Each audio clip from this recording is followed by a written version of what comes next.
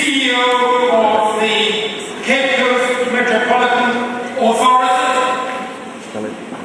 distinguished guests, and as I have learned to say in South Africa, all the feathers of the eagle. All the feathers of the eagle. And that is each and every one of you, each and every one of us in this hall. Because you know there is the great African saying that it is each and every feather that makes the eagle soar. It is each and every. Your background, each and every one of you has something distinct, has something special to offer, and it is that distinction, that speciality, that will make the eagle soar. I want you to bear that in your mind in the course of this day as you go to your workshops. It is the characteristics that you are developing. It is the learning that you are imbibing that will prepare you to play your part as the African eagle soars. Now, you have heard something about me, some kind words from your chairman. You have heard him describe me as a barrister, as a lawyer. That is true. You have heard him describe me as a former member of parliament. That is true. As a former high commissioner, ambassador. That is true. As a former cabinet minister in Britain. That is true. Indeed, as the husband of my wife, that is certainly true. As the father of five children, yes, I'm afraid that's true too. But you know, what he didn't tell you is perhaps the most important thing of all about me. And that is that I am the grandson of an Achimcoco farmer.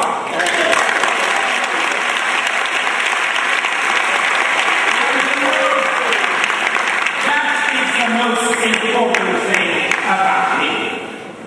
I have never forgotten where I come from. Never forgotten where I come from. Never forgotten that I first came here to this university at Cape Coast when I was a small boy. Came in my father's car on the inauguration day of this university. That tells you how old I am. And I came here on the inauguration of this university with a saxophone of and with my father, BOATENG, the first Minister of Science and Higher Education, who was the first chairman of the council of this university. So no, I haven't forgotten where I come from, and I am glad to be back. Now, you know, in our tradition, in our African tradition, when you come to a place, they ask you a question. And the question is this: why are you king? You know that to be true. When you go somewhere, somebody will ask, why are you here? We were honored yesterday. The Chief Justice, myself, and your Executive President, we were honored to be received by the President of the Republic of Ghana. And he asked us, why are you here? We were honored yesterday to be received by the Chief Justice of Ghana. And she asked us, she, note I said she, for all the young women amongst you, there is nothing you cannot be.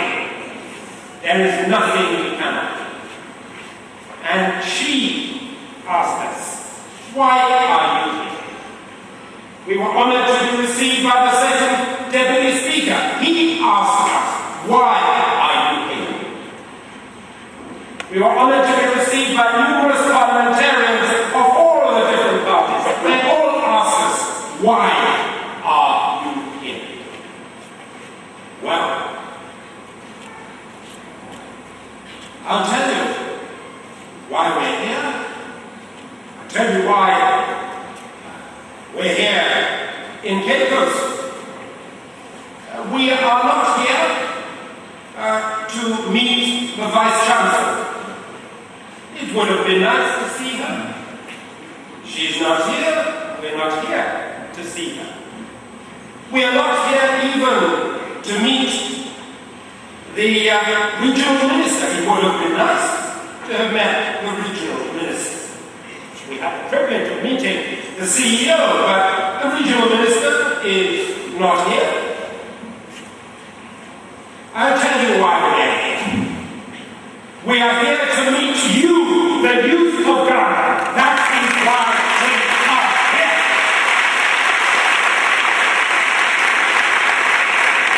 And why do we want to meet you? We want to meet you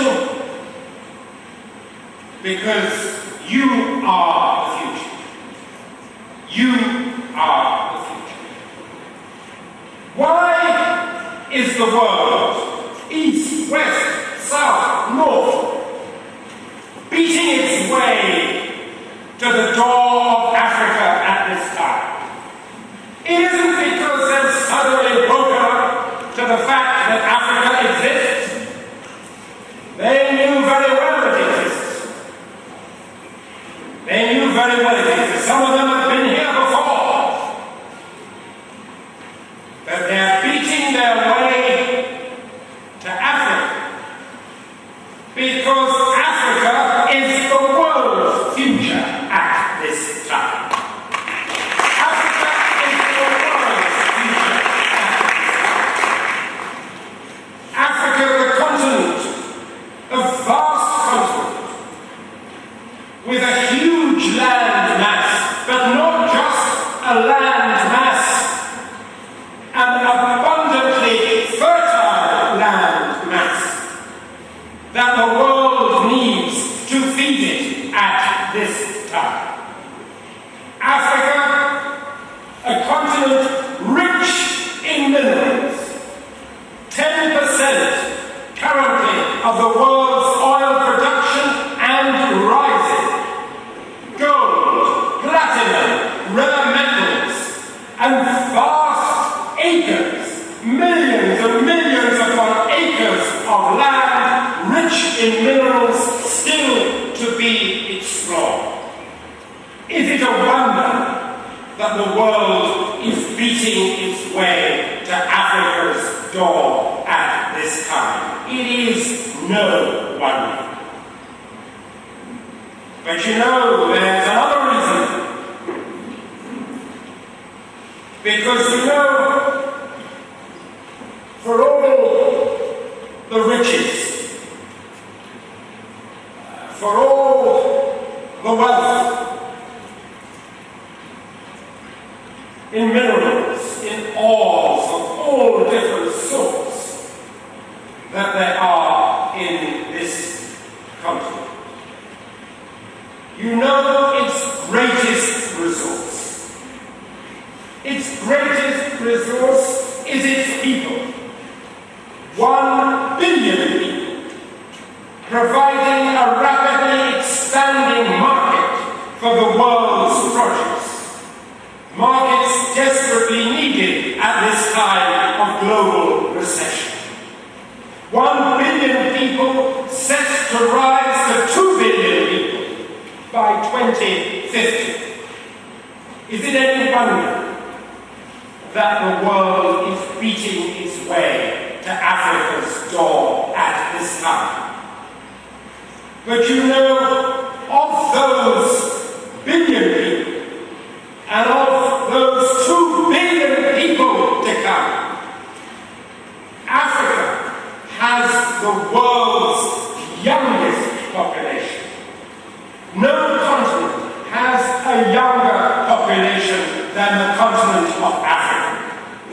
with 2/3 of this great continent under the age of 25. So there is your answer. What's the answer? Foundation. Foundation. Foundation. It is your time. It is the time of youth. And it is for you to make the most of it. And it is for us who have some responsibility still at this time to join you in partnership, to span the generations, so that we can make the most of our time together on this earth. Because we are called, are we not, in the Gospels? What is it that St. Paul says? Rejoice, rejoice in your youth. And that's the challenge of these times. That's the challenge on this continent of Africa. That's the challenge for our world. Because you need to know that you are part of that wider world. Each and every one of you, part of that wider world. You must never be confined. Never allow your imagination to be confined. Never allow your aspirations to be confined by your community, by your village, by your tribe, by your nation, or even by your continent. Never ever allow yourself to be confined. The world is yours. And it is this capacity of the people of God to be able to see the world as theirs that has led to a situation in which in each and every nation of the world you will find Ghanaians in all walks of life. It is because Ghanaians have this capacity to think globally. And you need to make sure, each and every one of you, that you develop that capacity in you. Don't ever be confined. Always, always think outside the box. Think outside the walls that may confine you now, but which you are not fated to be confined by forever. Let your life be a life that is led on the basis of breaking down all walls and fulfilling that potential that is within you. Africa needs you. Ghana needs you. The world needs Africa. The world needs Ghana.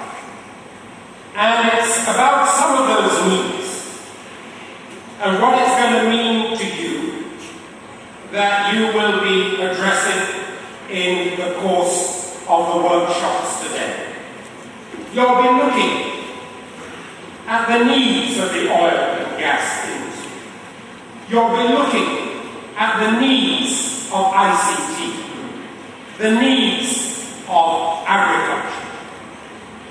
These are key to the future, to the sustainability of the future of the economy of Ghana, and they are key to our work. And I just want to say one or two things about them, and the importance as you study these areas, as you look at yourselves, look at your skills, look at your capability, look at your aspirations. Some of the things you need to have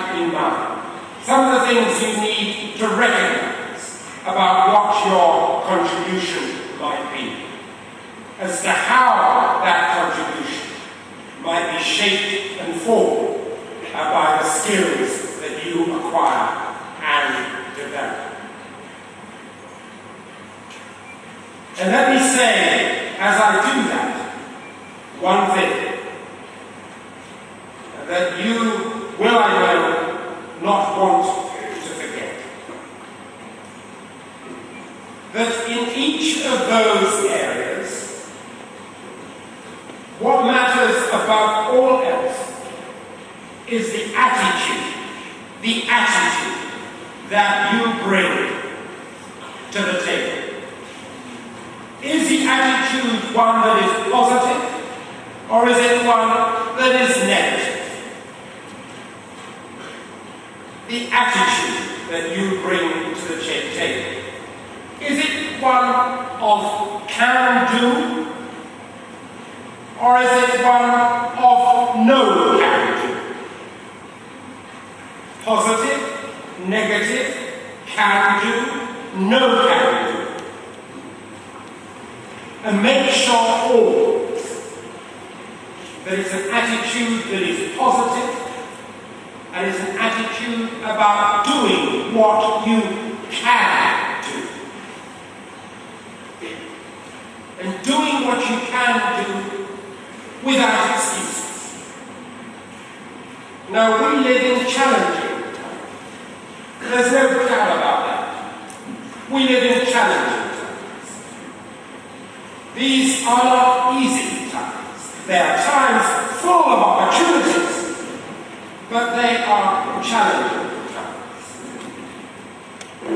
And so, to negotiate these times, your attitude will be the key. Your attitude will be the key, and your values will be the guide. Because you need two things in life above all: the right attitude and the right values. Are your values those that are rooted in honesty and integrity? Have you the moral strength? Have you the moral strength to survive the temptations of these times?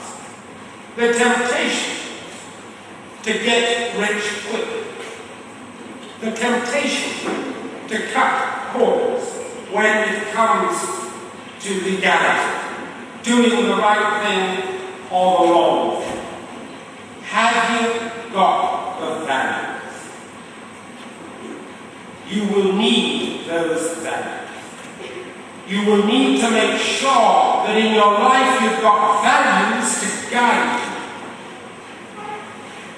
Because your attitude by itself won't be enough. Your cleverness by itself won't be enough. When you've got a piece of paper marked diploma or degree, won't be enough. If you haven't got the values, you will not succeed. And you will not find happiness. And when you see someone in a Mercedes-Benz, it doesn't mean they've got the values.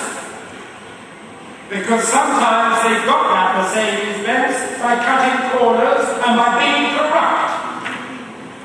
And you don't want to cut corners and be corrupt. Africa can't afford any more people that cut corners and are corrupt. The world can't afford any more people who cut corners and are corrupt. And don't you ever let anyone tell you that the only way to get a Mercedes is to be corrupt. Mercedes is a nice car, but it's not worth your soul. Mercedes is a nice car, but it's not worth selling your country down the river. Mercedes is a nice car, I repeat, but it's not worth selling your country down the river.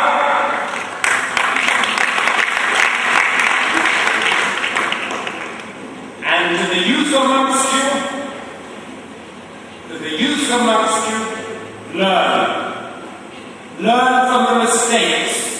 of the generation that went before you. Learn from the mistakes of the generation that went before you. Look for the best in the generations that went before you. You know, there's an old African saying, when the frog in front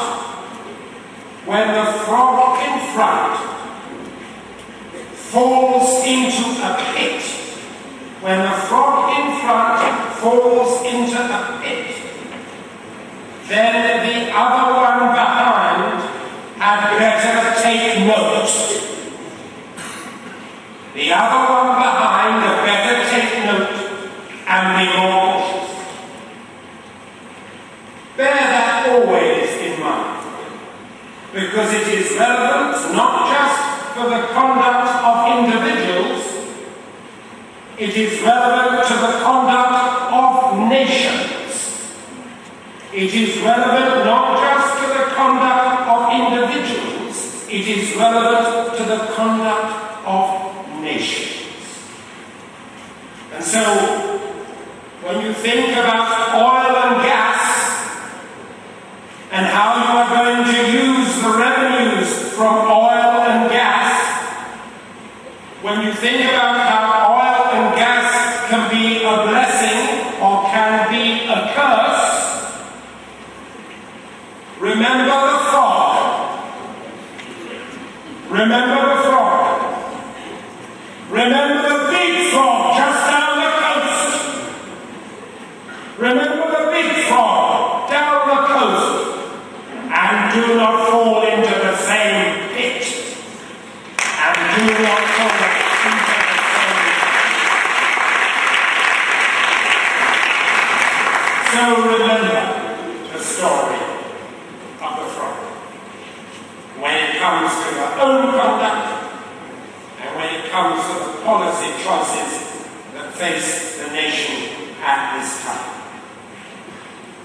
Policy choices, I have to tell you, difficult, hard policy choices that face not just Ghana but the world. Because this is a troubled and difficult world at this time. Which is why you, each and every one of you, of the new generation, has such an important role to play. Because each and every one of you has the potential, has the advantage, has the possibility of becoming a key player, of making a key contribution to a world where the possibilities are now endless.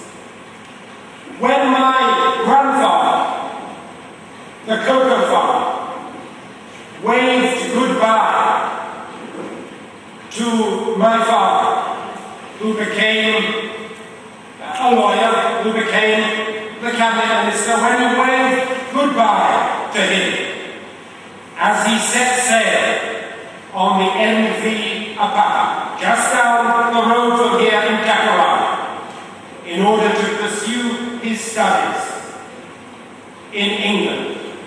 My grandfather could not have dreamt for one moment that there would come a time when it would be possible to travel by air from Accra to London in what? 5.5, 6.5 hours? My grandfather could never have dreamt of it.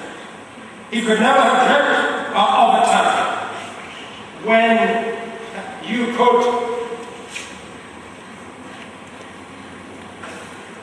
take one of these. I'm very proud of it. I haven't got the Mercedes, but I've got an iPad. When you could take one of these and just in a few seconds find yourself connected to another part of the world entirely. In a few seconds, I can see my grandchild. I can talk. I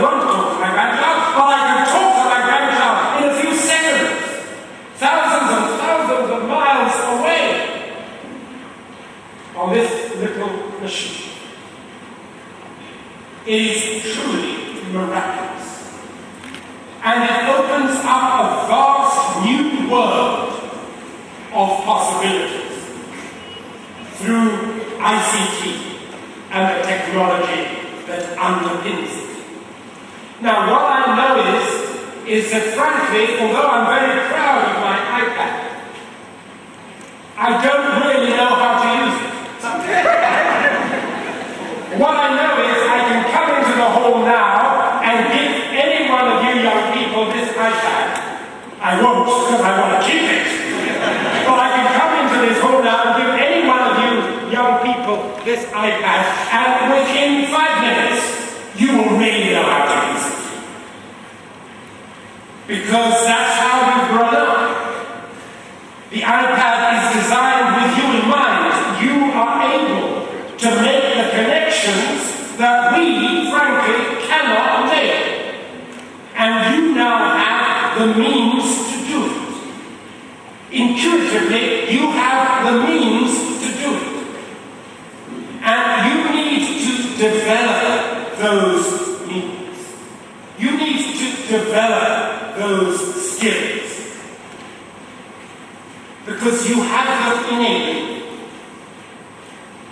And there are infinite possibilities for you to do so with the skills that you currently possess. And I don't want any one of you to think for one moment, oh, the iPad, oh, that was invented in Silicon Valley, that was invented in North America, that's thousands and thousands of miles away from here. I can't invent anything like that. I can't be an innovator. Not true.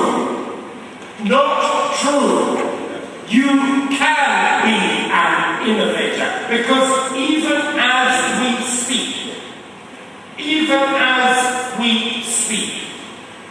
in Kenya, the home of the M-Pesa system, you've heard of that, the means by which, using ICT, using mobile telephone, they are able to make instantaneous bank transfers. Instantaneous. They have developed a whole new way of banking in Kenya. No clever white man came from the north to tell them how to do it.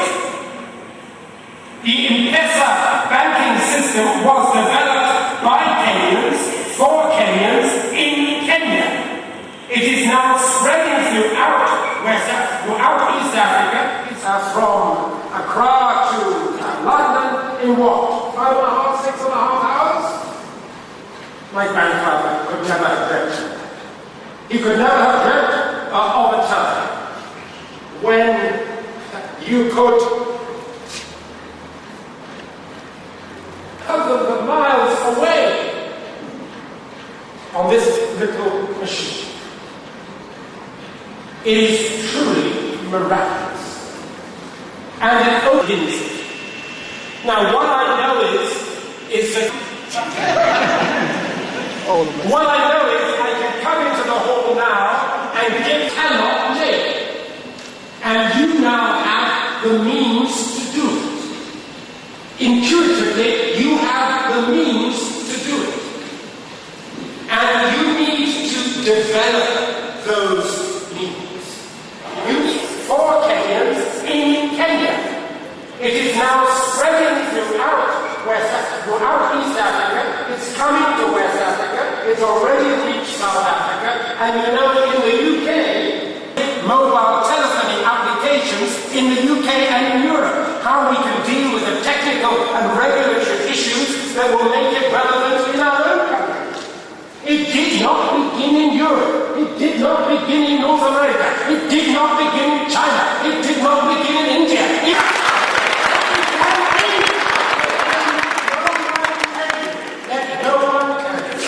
That you cannot be one of those people who Joseph Schumpeter, all that making in your minds. And in innovation is the implementation of a new or significantly improved product, good or service or process, a new marketing method or a new organizational method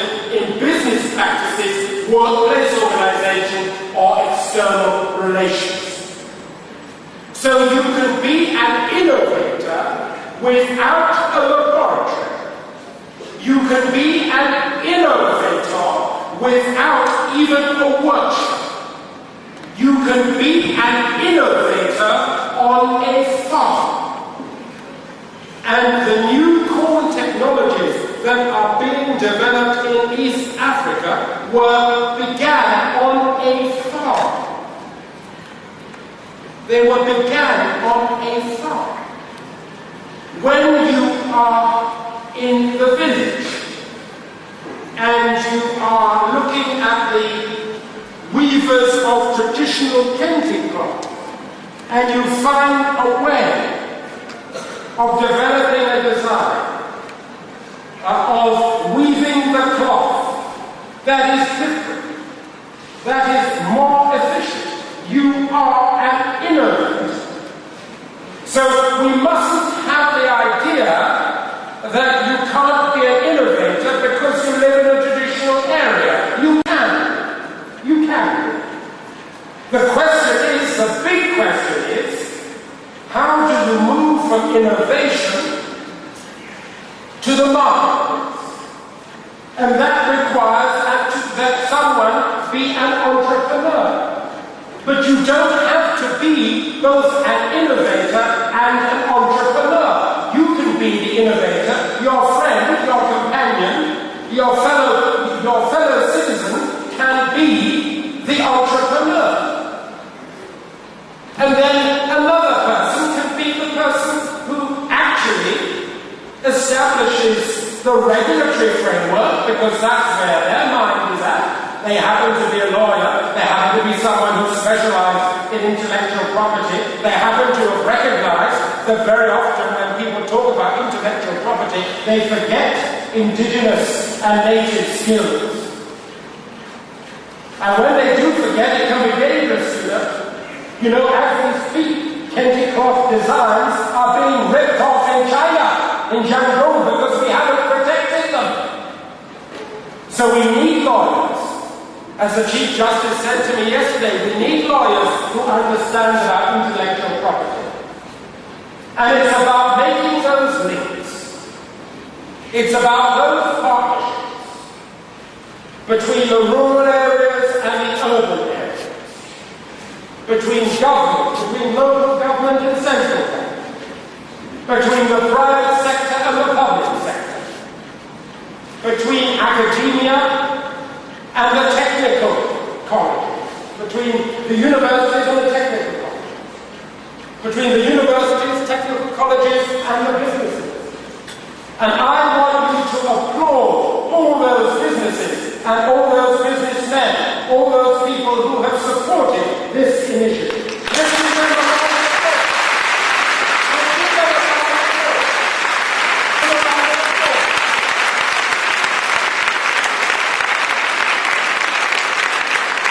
And let's say to all businesses who want to participate in the oil and gas industry in Ghana, let's say to them, if you want to do your oil and gas business in Ghana, then you want to play your part in youth development.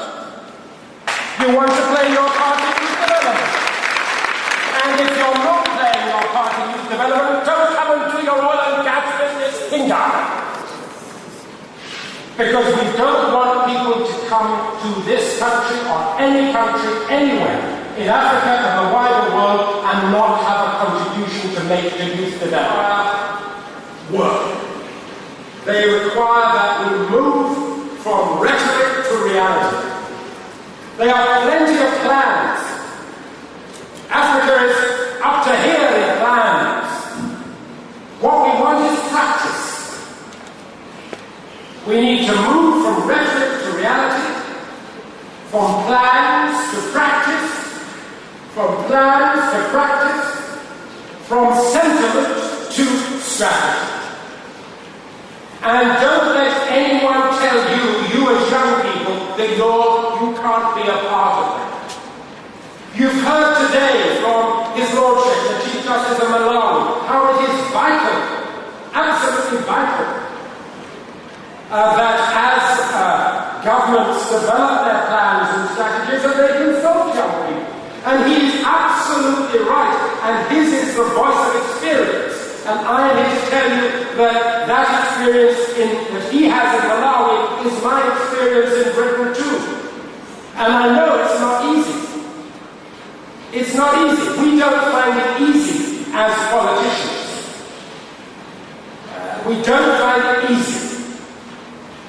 The political structures are not easily and readily, and the structures of government are not easily and readily available and accessible to young people. But the challenge for us as politicians, the challenge for civil servants, is actually to listen and to learn from young people. Because what I learned as a minister in the Department of Health, for instance, what I learned as a minister for young people is that so many of our plans and strategies went wrong because we didn't listen to young people in the first place. That's what I learned. But it's not good enough, simply, for those of us in positions of authority to open our ears. You young people have to have something to say. You as young people have to have something to say. And you should never be afraid of having something to say. And let it be your voice that is heard. Don't let anybody use you. Don't let anybody use you for their own purposes. Because there will always be people. There will always be people who want to use you because of their agenda. You need, as young people, to develop your own agenda. You need to share that agenda. Have your own agenda, share that agenda, and you will be surprised. You will be surprised at the difference that you can make.